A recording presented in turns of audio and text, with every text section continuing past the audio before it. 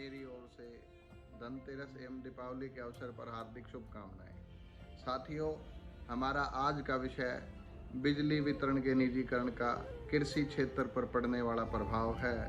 इस विषय पर चर्चा करने से पहले संक्षिप्त रूप में भारत के विकास के जो सूचकांक है जीडीपी, उसमें कृषि क्षेत्र का जो प्रभाव है, जो संभाग पड़ता है, उसके बारे में चर्चा करना अति आवश्यक है।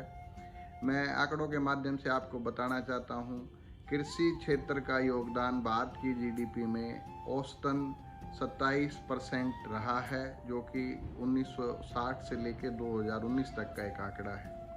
इस क्रम में ये सहभागिता सबसे ज़्यादा 1967 में पहुंची, हरित क्रांति के दौर में, जब कृषि का जो सहभागिता जीडीपी में थी वो लगभग 42% के आसपास थी। और आगामी समय के साथ घटते घटते ये आज वर्तमान में 2019 के एक आंकड़े के अनुसार ये लगभग 16% है, जो कि एक बहुत बड़ा शेयर भारत की अर्थव्यवस्था के रूप में, कृषि के रूप में आप इन आंकड़ों के माध्यम से जान पा रहे हैं। अब विषय आता है कि कृषि का जो आंकड़ा है ये किस प्रकार बढ़ा और क्यों बढ़ा, और इसमें बिजली क्षेत्र का क्या और कितना अहम योगदान है। आप ये देखिएगा कि 1960 के दशक में हरित क्रांति नाम से एक फ्लैगशिप योजना भारत सरकार द्वारा शुरू की गई, जिसके अनुसार उस समय जब हमारे देश में खाद्यान्न की कमी होती थी, हमें बाहर से खाद्यान्न मंगवाना पड़ता था, तो खाद्यान्न के क्षेत्र में भारत को आत्मनिर्भर बनाने के लिए हरित क्रांति नाम की योजना शुरू की गई।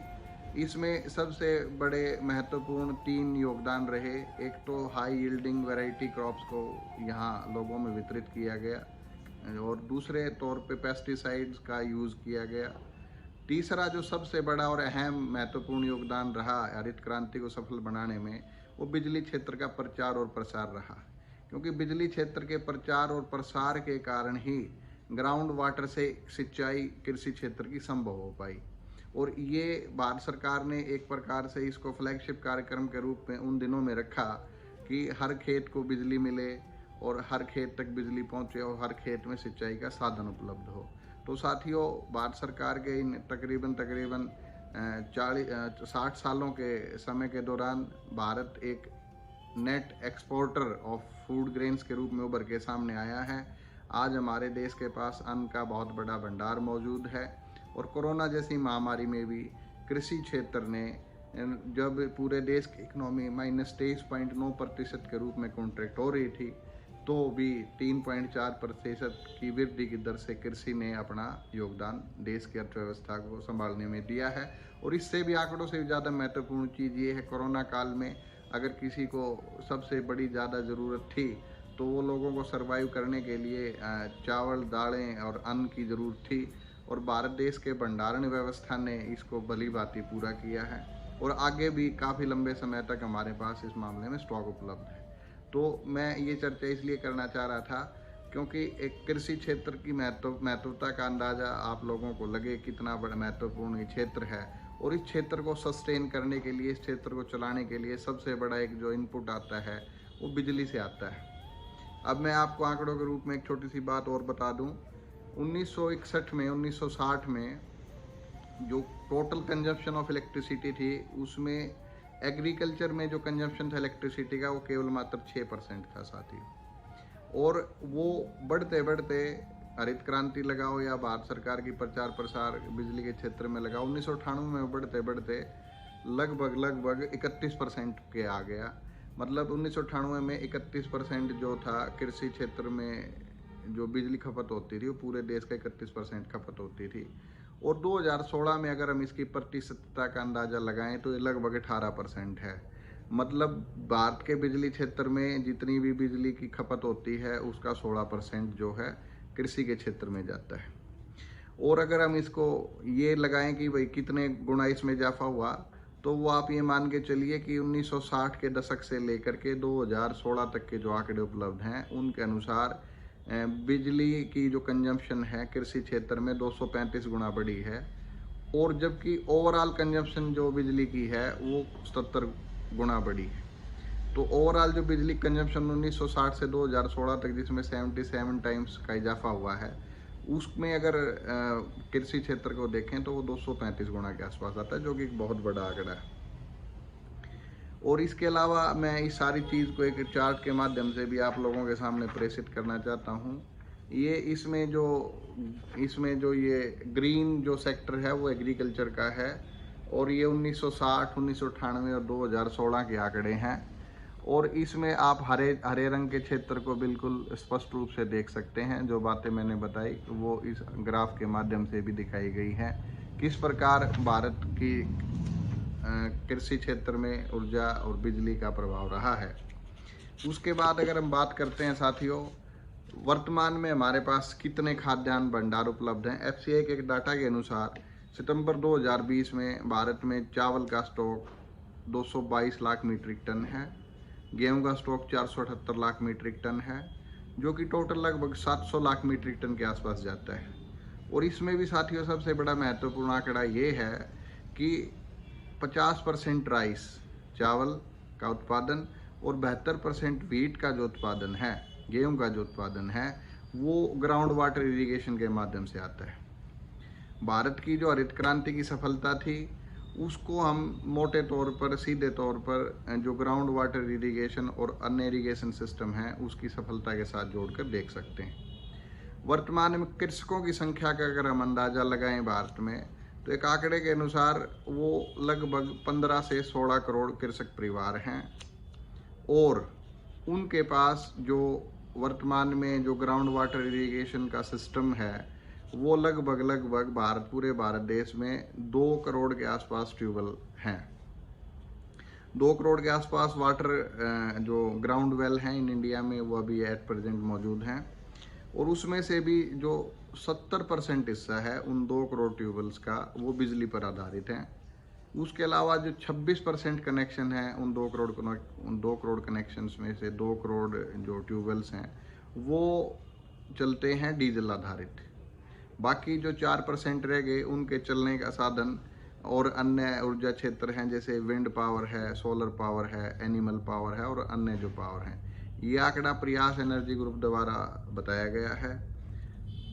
और इसके अलावा जब हम बात करते हैं कि भाई ये इतनी बड़ी जो जनसंख्या है भारत देश की 125-130 करोड़ की, उसमें से 15-16 करोड़ कृषक परिवार हैं, और उसके बाद वो तकरीबन 15-16 करोड़ कृषक परिवारों का आशय ये है कि हर परिवार में अगर हम 5-6 के भी अंदाज़ा लगाएं तो 80-90 करोड़ के आसपास ये जो कृषि आधारित हमारी जनसंख्या है 125-30 करोड़ में से कृषि पर आधारित है।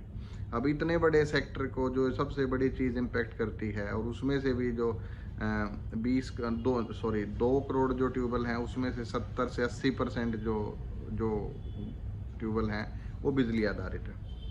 अब ये देखना बड़ा लाजमी है कि वर्तमान में कृषि में भारत में अन्य भिन्न स्टेटों के द्वारा, बहुत सारे स्टेटों में तो कृषकों को बिजली फ्री दी जाती है, और बहुत सारी स्टेटों में बहुत नॉमिनल रेट पे बिजली दी जाती है। नॉमिनल रेट पे बिजली डिस्कॉम्स द्वारा उपलब्ध कराई जाती है, जिसके एवज में राज्य सरकारें जो हैं उन्हें सब्सिडी के भरण पोषण के रूप में बाद में पैसा देती है। अब एक सवाल यह आता है कि भारत में 2 प्रकार की व्यवस्थाएं हैं।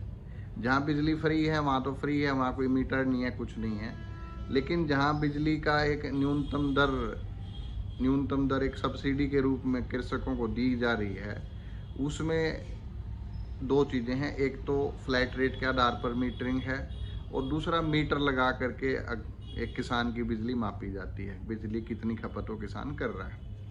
तो जहाँ फ्लैट रेट है वहाँ पे उसकी मोटर के आधार पे, उसके मोटर के एचपी के आधार पे उससे एक फ्लैट रेट लिया जाता है, जो कि अलग अलग राज्यों में अलग अलग है, लेकिन वो बहुत ही कम रहता है, और उसमें बहुत बड़ा हिस्सा 90% 95% सब्सिडी का रहता है। उसके अलावा जहाँ मीटर्ड कनेक्शन है वहाँ उसकी जो मीटर में खपत आती है उसके हिसाब से उसकी बिजली का बिल उससे लिया जाता है। उसके अलावा जो पावर डिस्कॉम्स हैं, जो विभिन्न राज्यों में बिजली कंपनियां हैं, उनको जो बिजली की खपत आती है वो जितनी खपत सब्सिडी के रूप में हरियाणा सरकार या विभिन्न राज्यों की जो सरकारें हैं वो डिस्कॉम्स कंपनियों को उपलब्ध कराती हैं। हालांकि कई मामलों में कई बार ये समय पर बिजली कंपनी को नहीं दे पाती, वो एक अलग विषय है।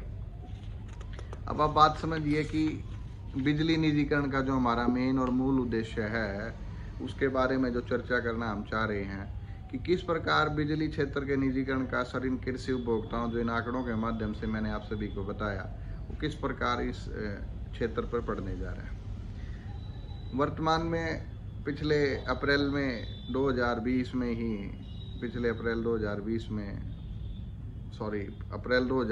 ही भारत सरकार द्वारा 2 कानून लेके आए गए। उनमें से एक इलेक्ट्रिसिटी बिल 2020 था, और जो कि एक फैसिलिटेटिंग डॉक्यूमेंट है निजीकरण के लिए। और दूसरा जो कानून का प्रारूप आया, स्टैंडर्ड बिडिंग डॉक्यूमेंट, 20 सितंबर को जो आया, उसमें डिफाइनिंग डॉक्यूमेंट के तौर पर निजीकरण का प्रस्ताव को अमलीजामा कैसे पहनाया जाना है, उसमें उन सारी बातों पर चर्चा की गई। अब जो इलेक्ट्रिसिटी बिल, जिसे हम डिफाइनिंग डॉक्यूमेंट कह रहे हैं, डेफिनेशन डॉक्यूमेंट जो है बिजली क्षेत्र के निजीकरण का, उसमें कई ऐसे प्रावधान किए गए हैं जिसके माध्यम से निजीकरण जब स्टैंडर्ड बिडिंग डॉक्यूमेंट के बाद हो जाएगा, तो एक प्रकार से कानून के एक छत्र छाया उन निजी कंपनियों को दे दी जाएगी, जिसके कारण भारत के कृषि क्षेत्र पर बहुत ज़्यादा विपरीत प्रभाव पड़ने वाला है। और कृषि क्षेत्र की जो विकास की दर है, आप उसे भूल जाइए, ये बिल्कुल ख़त्म हो जाएगा क्षेत्र के कृषि क्षेत्र, इसका कोई योगदान नहीं रह पाएगा। भारत के लोगों को आजीविका अपनाने में, आजीविका को पूरी करने में बड़ी दिक्कतें सामने पेश आएंगी। उनमें से जो कुछ प्रोविज़न है, हम उनके बारे में बात करते हैं। इलेक्ट्रिसिटी अमेंडमेंट बिल 2020 के जो प्रोविज़न मुख्यतः हैं, उसके अनुसार सबसे पहला cost reflective tariff. Cost reflective tariff का अर्थ साथियों ये है कि कोई भी जो टैरिफ, जो बिजली की दरें हैं, वो स्टेट इलेक्ट्रिसिटी रेगुलेटरी कमीशन ने निर्धारित करता है, उस क्षेत्र विशेष की, उस राज्य विशेष की परिस्थितियों के अनुसार। लेकिन अब जब ये व्यवस्था एक बिल के रूप में अभी वर्तमान में अगर ये कानून बनता है, तो कॉस्ट रिफ्लेक्टिव टैरिफ, इसके नाम से ही बिल्कुल संबंध सीधा स्थापित होता है कि बिजली की जितनी कॉस्ट होगी, वो उसके अनुसार ही टैरिफ की दरों का निर्धारण होगा। अब साथियों, कई स्टेट में तो बिजली की दरें फ्री हैं कृषकों के लिए, कई में 10 पैसे यूनिट हैं, कई में कुछ इसके आसपास 20 पैसे यूनिट हैं। तो जब अगर आज हम वर्तमान में बिजली की औसतन दर का अंदाज़ा अगर लगाते हैं, तो तकरीबन 6 रुपये 73 पैसे के आसपास पड़ती हैं। और इसमें अगर मुनाफा भी हम निजी कंपनियों का जोड़ें 16 से 20% के आसपास, तो ये 8 रुपये के आसपास जाके पड़ेंगी दरें, बिजली की दरें जो। तो ये 10 पैसे और फ्री वाली जो यूनिट है एक आम किसान को, वो 8 रुपये के यूनिट के आसपास कॉस्ट करेगी। दूसरा एक इसमें प्रावधान किया गया है कि सब्सिडी को ख़त्म कर देना है। टैरिफ में किसी प्रकार की कोई सब्सिडी, जो अब जैसे मैंने इससे पहले बताया कि किसानों को सब्सिडी मिलती है, किसी प्रकार की सब्सिडी कोई व्यवस्था स्टेट इलेक्ट्रिसिटी रेगुलेटरी कमीशन नहीं कर पाएगा। और धीरे धीरे क्रॉस सब्सिडी को भी ख़त्म करने का प्रावधान इसमें किया गया। अब सब्सिडी ख़त्म करने का बाद जो इसमें अन्य एक विषय लाया गया है, वो ये है कि भाई सब्सिडी जब ख़त्म हो जाएगी, सब्सिडी तो अब भी दे रही है केंद्र सरकार, जो राज्य सरकारें हैं बिजली कंपनियों को दे रही, लेकिन उसका दूसरा वे एक इसमें सुझाया गया है, जिसको क्या है, direct benefit transfer of subsidy. ये अपने आप में एक बहुत दूर की कौड़ी है।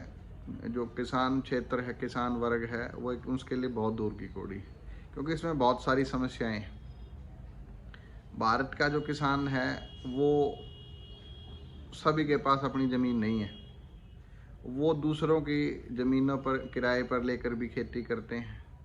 वो ज़मीनें किसी और के भी नाम होती हैं, कोई और उसका भाईचारा भी उसमें खेती करता है। और उसके अलावा और भी कई तरीके की खेतियों का सिस्टम है, आधे उसमें साझेदारी पे खेती की जाती है, यानी कि टेनेंट के रूप में, किराएदार के रूप में खेती की जाती है। अब जब बिजली का मीटर या बिजली का कनेक्शन या बिजली का जो ज़मीन है वो किसी एक के नाम हो सकती है, और वो सब्सिडी उसके पास जाएगी, और जो काम कर रहा है उसके पास वो पहुंच ही नहीं पाएगी। दूसरी बात हम ये कहना चाहते हैं कि इससे एक अंदाज़ा ये लगाया जाए कि एक आम जो भोक्ता है, कृषि का जो भोक्ता है, उसकी लगभग अगर हम 10 हार्स पावर की एवरेज मोटर निकाल के देखें, लगाएं, तो वो लगभग रोज़ 8 घंटे एवरेज के रूप में, 6 से 8 घंटे के रूप में कृषि क्षेत्र में बिजली उपलब्ध होती है। और वो उसकी मोटर अगर 10 हार्स पावर की 8 घंटे के लिए चलेगी तो वो लगभग 60 यूनिट उसकी कंजम्पशन आएगी। और अगर 60 यूनिट की कंजम्पशन अगर हम 8 रुपये यूनिट के हिसाब से भी लेके चलते हैं तो लगभग 500 रुपये रोज़ का उसका बिजली का बिल आएगा। और वो महीने में अगर 10 दिन भी बिजली की मोटर का प्रयोग पानी निकालने के लिए करता है तो आप ये अंदाज़ा लगाइए कि 5,000 रुपये से 6,000 रुपये उसका बिजली का बिल महीने का आएगा। और इसी प्रकार अगर हम उसका सालाना निकालते हैं तो 60 से 70,000 रुपये के बीच में उसका बिजली का बिल आएगा। और ये 5 से 6,000 रुपये उसको हर महीने बिजली कंपनियों को पे करने पड़ेंगे। जबकि दूसरी ओर कृषि में आप भी जानते हैं कि जो नेचुरल व्यवस्था है, वो आपकी फसल जब बिकती है वो 4-5 महीने में एक बार बिकती है और आपके पास साल में ज़्यादा से ज़्यादा 3 बार नहीं तो 2 बार ही आपकी जेब में, किसान की जेब में पैसा आता है। जब किसान की जेब में पैसा भारतीय व्यवस्था के अनुसार साल में 2 बार आ रहा है और आप उससे बिजली का बिल हर महीने लेने की व्यवस्था करने जा रहे हैं, जिसको वो पैदा करने में और जिसको पे करने में असक्षम है, किस प्रकार पे कर पाएगा। इसका अंततोगत प्रभाव क्या होगा?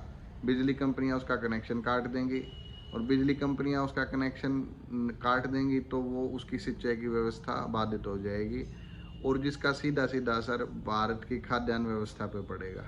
जो आज हम नेशनल फूड एक्सपोर्टर हैं, नेशनल लेवल पर सरप्लस फूड एक्सपोर्टर के रूप में हमारी ख्याति अर्जित की हुई है, इसको और भारत की राष्ट्रीय खाद्य सुरक्षा को बहुत बड़ा धक्का लगेगा।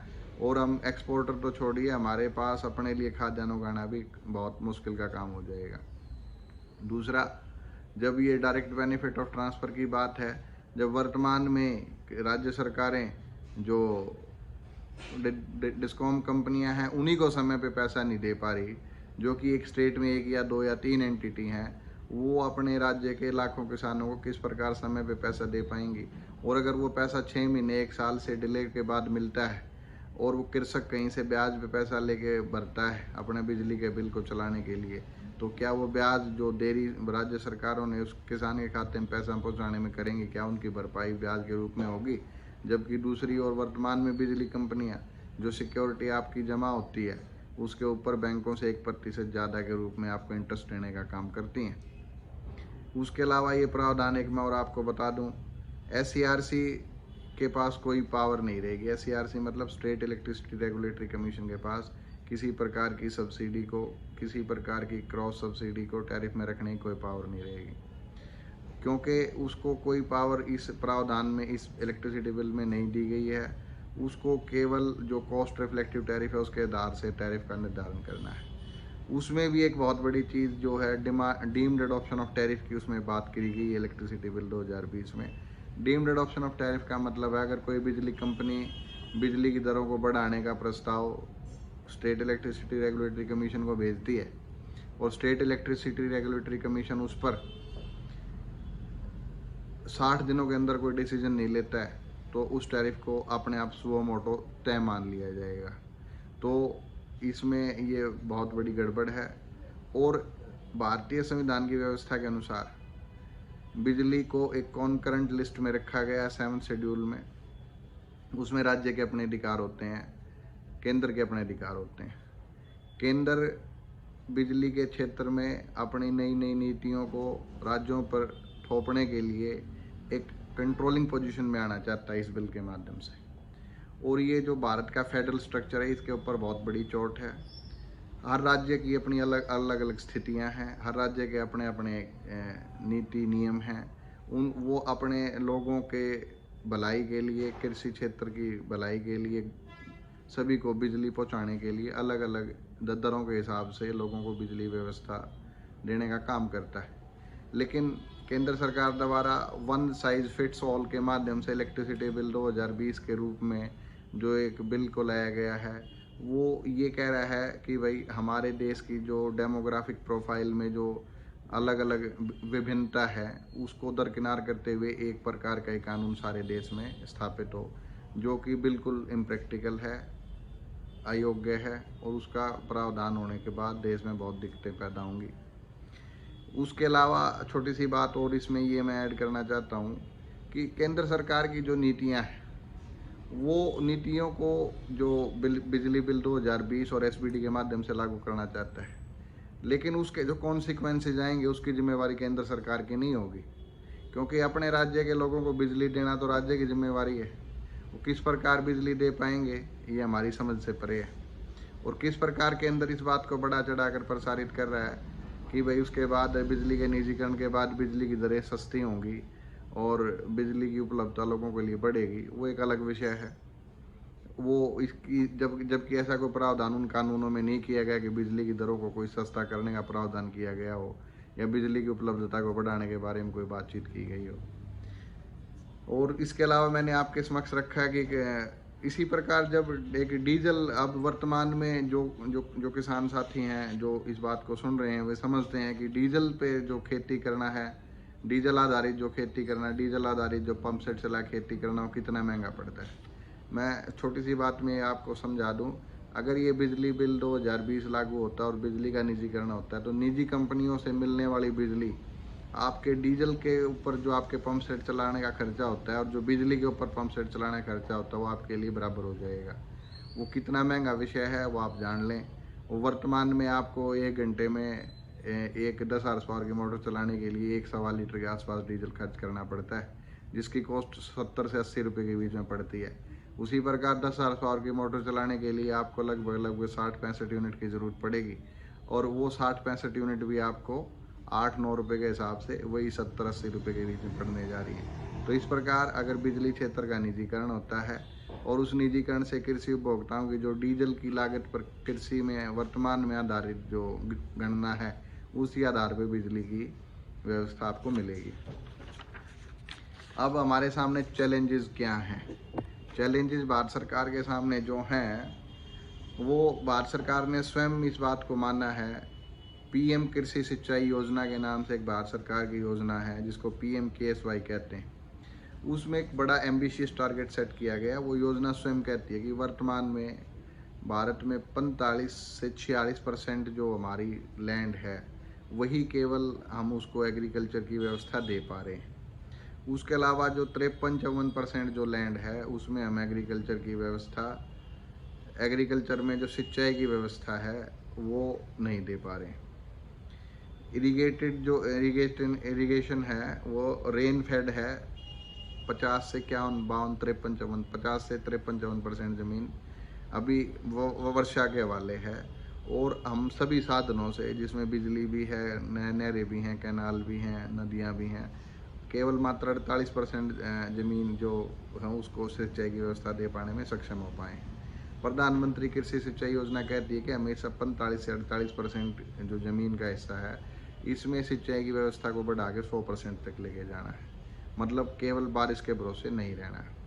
दूसरा मैं इसमें कह दूं कि हमारे जो 28 स्टेट्स और 9 यूनियन टेरिटरीज हैं उसमें लगभग 140 मिलियन हेक्टेयर, 140 मिलियन हेक्टेयर का मतलब है साहब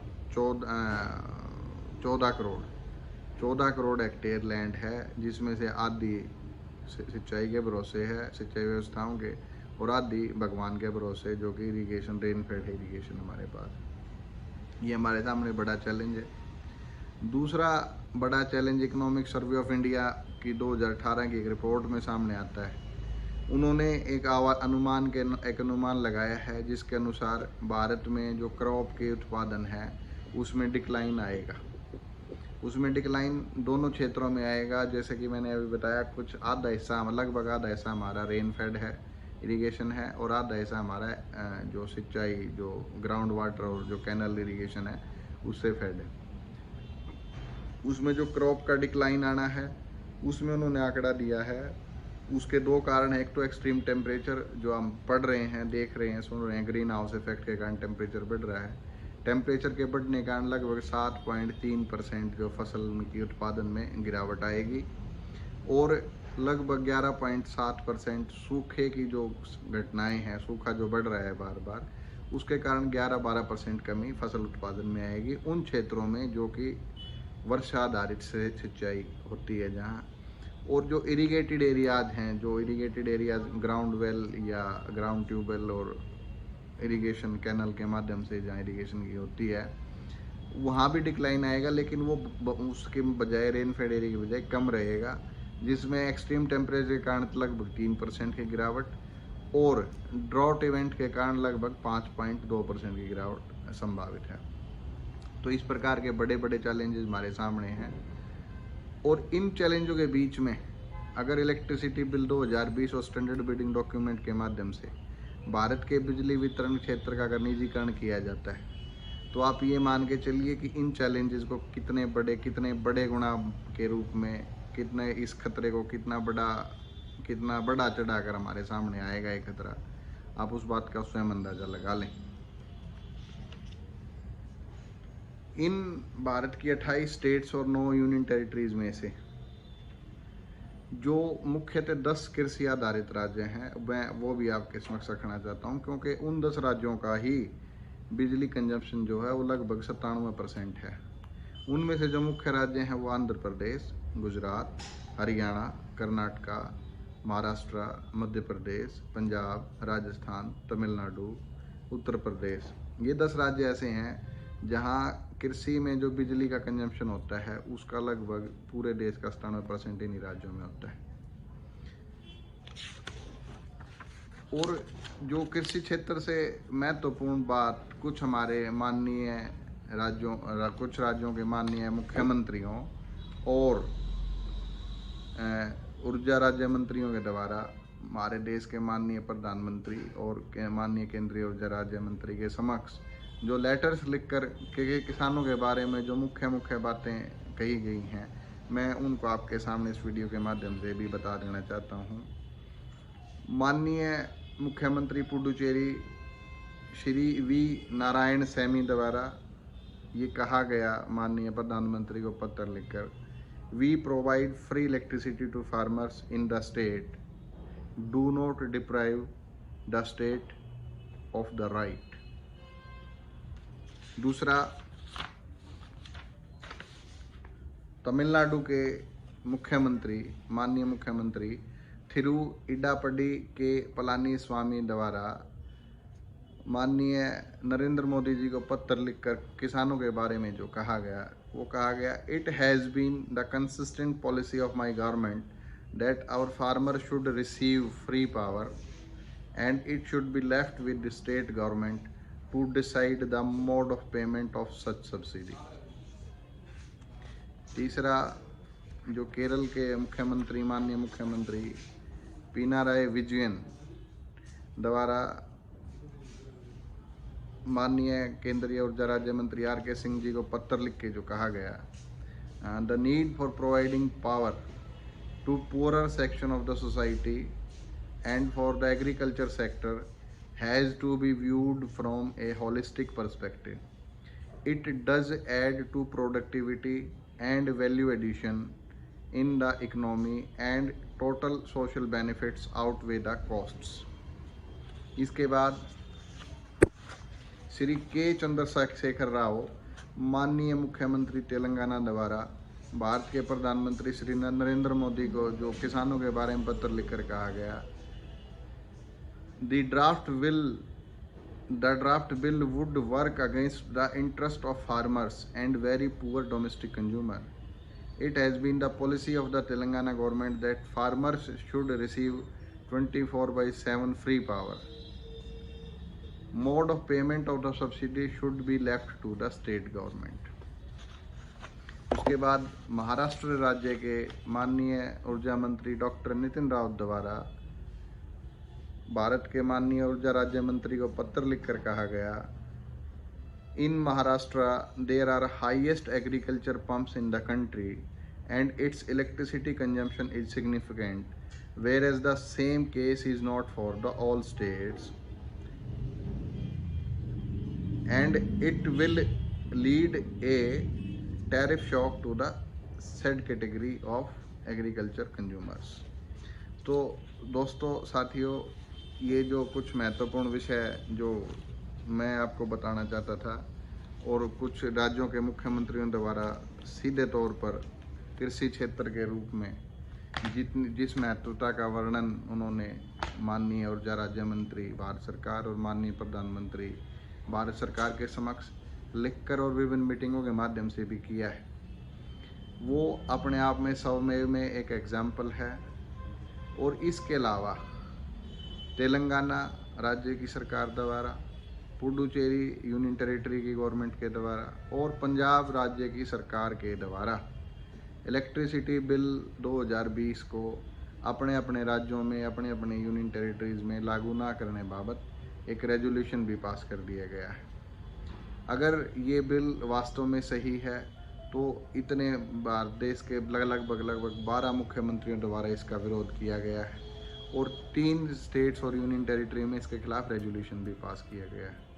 तो इस विषय को ज़्यादा लंबा ना खींचते हुए और कृषि क्षेत्र की महत्व को भारत के विकास में सुनिश्चित करने के लिए हम भारत सरकार के ऊर्जा राज्य मंत्री और माननीय प्रधानमंत्री से अपील करते हैं कि ये जो इलेक्ट्रिसिटी बिल 2020 है और स्टैंडर्ड बिडिंग डॉक्यूमेंट जो बिजली क्षेत्र के निजीकरण का पूर्ण प्रस्ताव रखता है, उन सभी डॉक्यूमेंट को तुरंत प्रभाव से खारिज करते हुए केवल धुएं का इलाज करने की बजाय आग के कारणों का इलाज करने के लिए ऐसी नीतियां विस्तार पूर्वक जो स्टेक होल्डर्स हैं, जिसमें कर्मचारी हैं, अधिकारी हैं, कृषक हैं, किसान हैं, उपभोक्ता हैं, गरीब हैं, वंचित हैं, शोषित हैं, पीड़ित हैं, सभी स्टेक होल्डर से राय लेकर कोरोना काल की नॉर्मल सी स्थिति अचीव होने के बाद इस प्रकार की नीतियों का निर्धारण किया जाए, ताकि भारत के जो विकास है और आत्मनिर्भर भारत का जो माननीय प्रधानमंत्री का सपना है और भारत की खाद्य सुरक्षा को सुनिश्चित करते हुए हम आगे बढ़ सकें। सभी साथियों का मुझे सुनने के लिए बड़ा बड़ा धन्यवाद। नमस्कार।